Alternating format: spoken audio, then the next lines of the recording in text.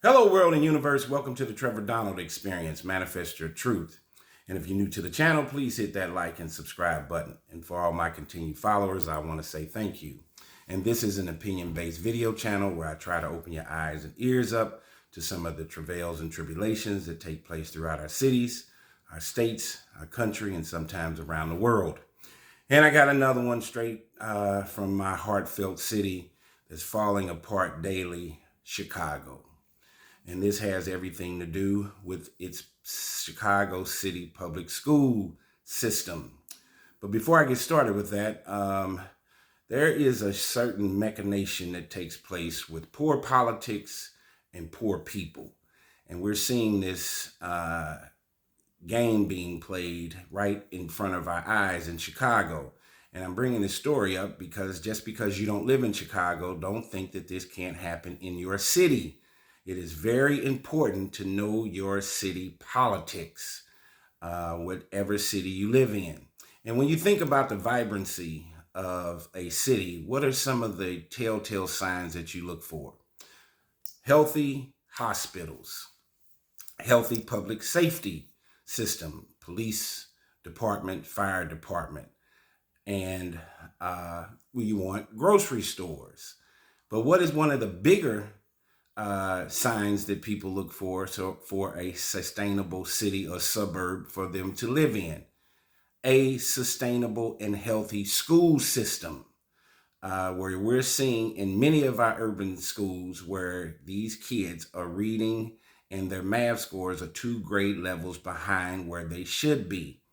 And in Chicago in particularly, I think Mayor Brandon Johnson has done a horrific job in his first term with the city of Chicago and his politics. That's why it's very important to know who your mayor is.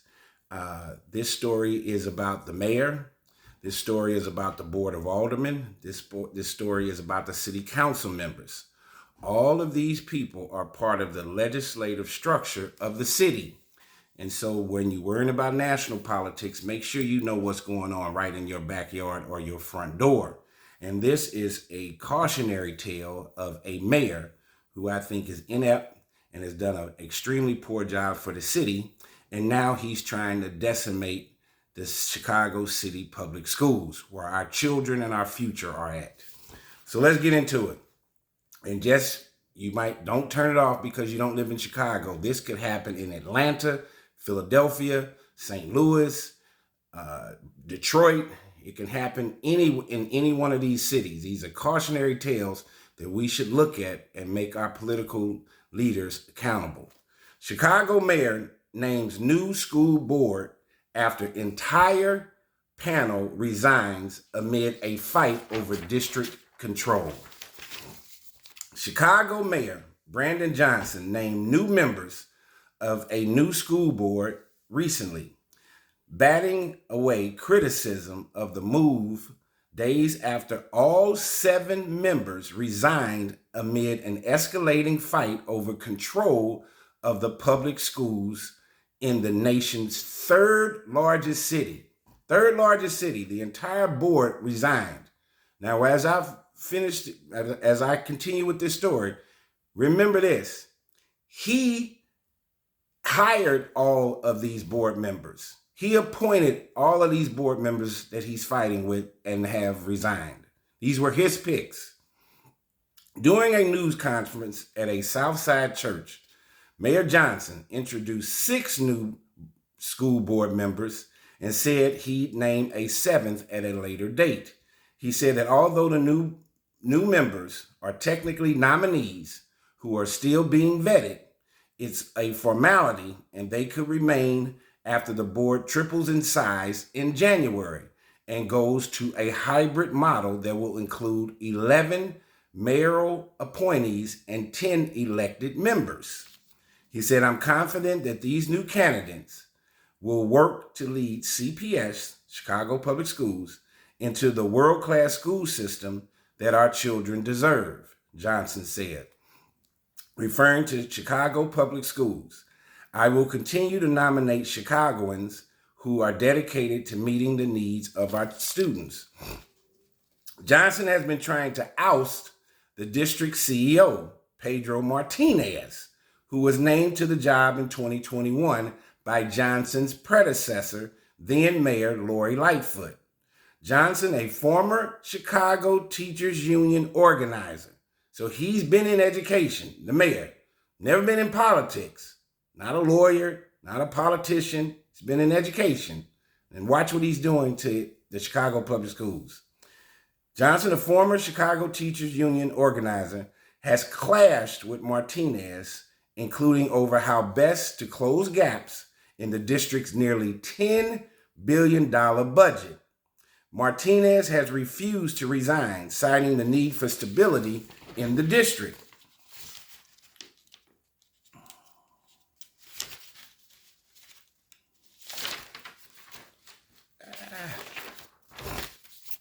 It goes on to say, rather than step into the fray, all 7 board members announced Friday that they would resign come to the end of the month, which is this month.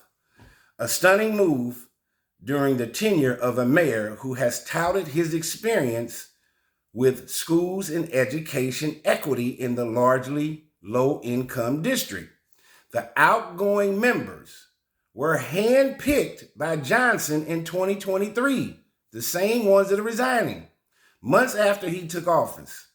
They haven't commented about their resignations. Chicago will hold its first school board elections next month, installing a 21-member hybrid board until 2027. Remember, I mentioned that earlier, when a fully elected board will take office. Johnson's new picks, so he didn't like the old picks he picked in 2023. Now he's got new picks a year later. Johnson's new picks do not require city council approval. See, now we got city council members and aldermen involved in this. But a majority of aldermen signed a letter over the weekend calling for a hearing on the matter. Johnson's chief of staff, Christina Piccone-Zayas, told reporters the district was vetting Johnson's appointments for possible conflicts of interest. So now he handpicked the ones that resigned a year ago. Now he's handpicking these new ones, and he's putting all of his buddies and people that will go 100% along with his desire to destroy the Chicago public school system the same way he's destroying the city. There's a possible conflict of interest. This is what his chief of staff said, Christina Piccone-Zayas, told reporters the district was vetting Johnson's appointments for possible conflicts of interest. The first-term mayor has received heavy criticism for the haphazard process and allegations that he's trying to consolidate power, running counter to his progressive platform. City council members called the mass appointments an extreme cause of concern. Business leaders who backed Martinez said the barring plan was unwise, and Illinois legislators insinuated that the state could try to intervene. This inserts a level of uncertainty and instability into our schools that is extremely concerning during a time when the district is already facing so many challenges, said State Rep Ann Williams, a Chicago Democrat who sponsored the elected school board legislation. The level of state oversight necessary for the district will be informed by the mayor and his administration in the coming weeks and months. Johnson dismissed the criticism on Monday. He said true chaos for the district was when then Mayor Rahm Emanuel pushed to close more than 50 schools in 2013, which Johnson fought against as an organizer. Mayor Johnson was defiant and combative with reporters at times, repeatedly asserting that he has the authority to appoint the board. At one point, protesters interrupted him and waved signs that said, "Fire Brandon," and chanted, "Not legit," in reference to the appointments before they were led out by security. He said, "I was elected to fight," Johnson said, "and fight I am." The handpicked nominees, including a minister, a former Chicago Teachers Union member, and an environmental activist, among others, stood near Johnson at the event, which was punctuated by supporters supportive calls from clergy and church members. Bishop Larry Trotter, an influential Black Chicago pastor, said the mayor had his full support. Nominee Olga Batista said she was honored to have been named. She's a leader of the Southeast Environmental Task Force and has advised Johnson's administration on environmental policy. This process can feel messy, but I have hope, and I know everyone here and more are committed to the moral obligation that we have to fully fund our neighborhood schools, she said. The shakeup comes as contract talks between the city and the powerful teachers unions have stalled. The district has offered 4% raises for this year and between 4 to 5% raises in each of the next 3 years, which are dismal. 4 to 5% raises for teachers that already don't make hardly anything as we speak. Teachers that are working full time and need to have a second job just to pay their bills and survive. While the union was seeking a 9% annual raise. There you go, 10%. After the Democrat-led legislation rejected Johnson's request for more state funding earlier this year, he pitched taking out, listen to this, a $300 million short-term loan, high-interest loan to cover costs.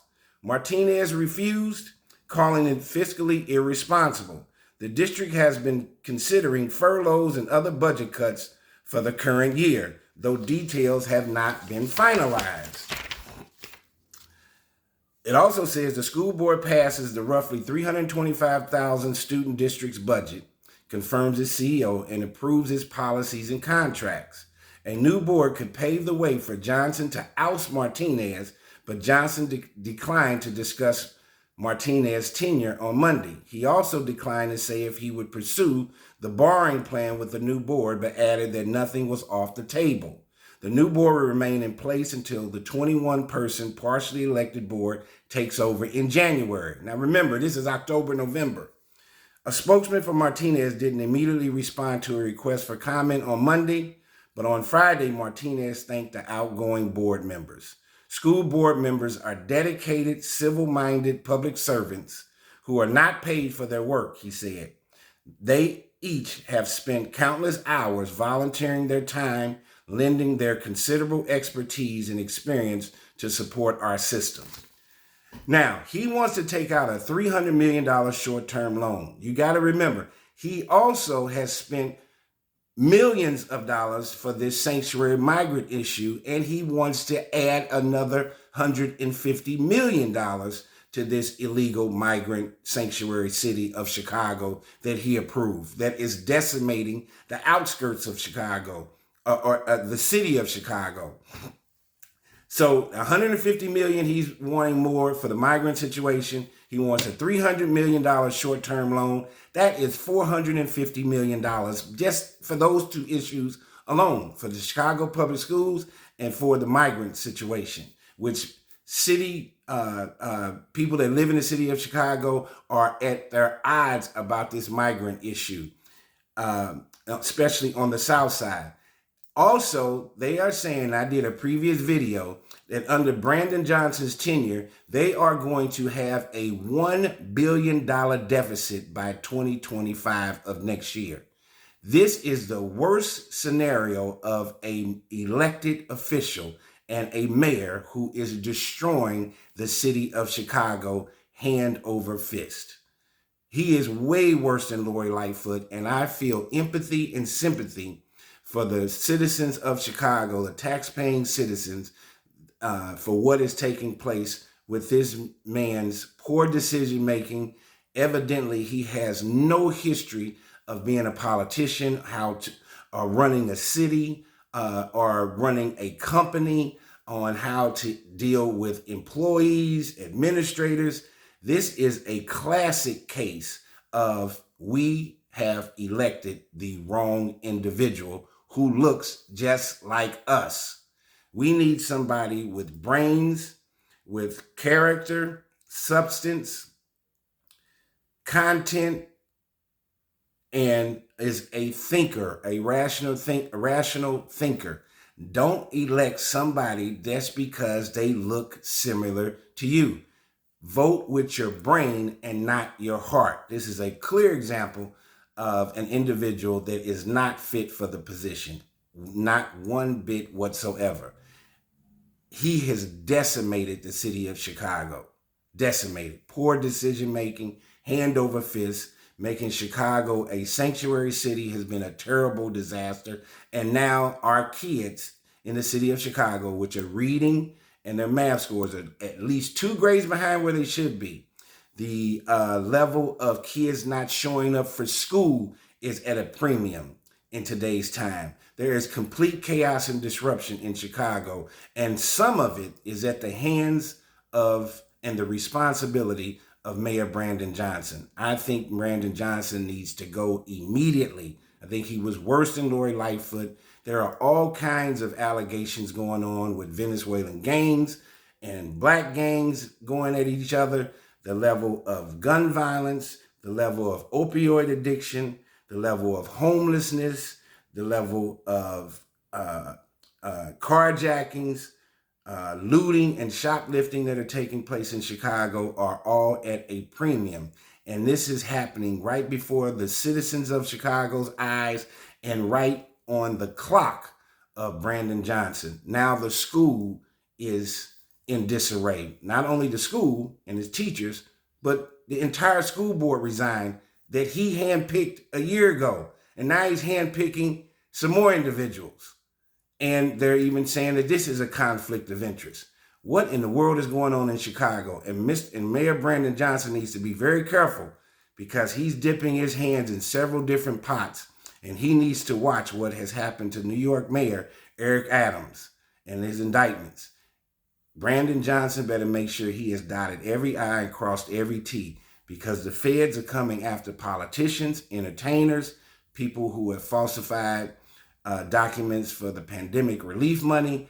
And Brandon Johnson is in the limelight for the wrong reasons too many times. And this could come to bite not only him in the butt, but the city of Chicago is being decimated by a political machine that is going in the wrong way. Tell me what you think. This has been a Trevor Donald Experience. Manifest your truth in a positive, righteous, and God-fearing way.